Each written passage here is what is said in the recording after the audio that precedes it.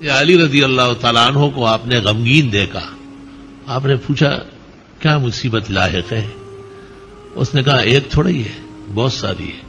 کہا تو ایک ہی کلمہ کافی ہے، بسم اللہ الرحمن الرحیم لا حول ولا قوت الا باللہ العلی العظیم. فرمایا اے علی، یہ کلمہ کسی غم ہم صدمے کو نہیں چھوڑے گا. بسم اللہ الرحمن الرحیم لا حول ولا قوت الا باللہ العلی العظیم. عمل کتنا مختصر ہے اور کتنی تسلی علی کو دی. کمال ہے اس کلمہ میں. معراج میں آپ نے آسمانوں میں دیکھا کہ ہر آسمان میں ایک بہت خوبصورت فانوس لگا ہوا ہے. آپ نے جبریل سے پوچھا یہ کیا ہے؟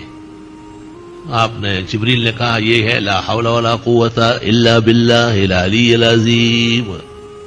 اور عرفات میں آپ نے کہا دعائی و دعاء الانبیاء من قبل فی ھذا المقام، میری دعا اور مجھ سے پہلے جتنے انبیاء یہاں آئے حج کرنے عرفہ پیش ہوئے سب یہ کرتے تھے لا الہ الا اللہ وحدہ لا شریک لہ لہ الملک ولہ الحمد وہو علی کل شیء قدیر.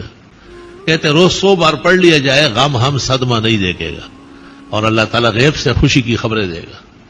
ہر روز کوئی نہ کوئی خوشگوار خبر سنے گا. اور کتنا آسان ہے، سب کو یاد ہوتا ہے. لا الہ الا اللہ وحدہ لا شریک لہ لہ الملک ولہ الحمد وہو علی کل شیء قدیر. اور کتنی بڑی سند ہے کہ آپ نے کہا دعائی اور دعاء الانبیاء من قبلی فی ھذا المقام. عرفات کے میدان میں آپ نے کہا بخاری مسلم میں ہے میری دعا اور مجھ سے پہلے تمام نبیوں کی دعا اس جگہ یہ ہے لا الہ الا اللہ وحدہ لا شریک لہ لہ الملک ولہ الحمد وہو علی کل شیء قدیر. کہتے روز 100 بار پڑھ لیا جائے غم ہم صدمہ نہیں دیکھے گا اور اللہ تعالیٰ غیب سے خوشی کی خبریں دے گا. ہر روز کوئی نہ کوئی خوشگوار خبر سنے گا.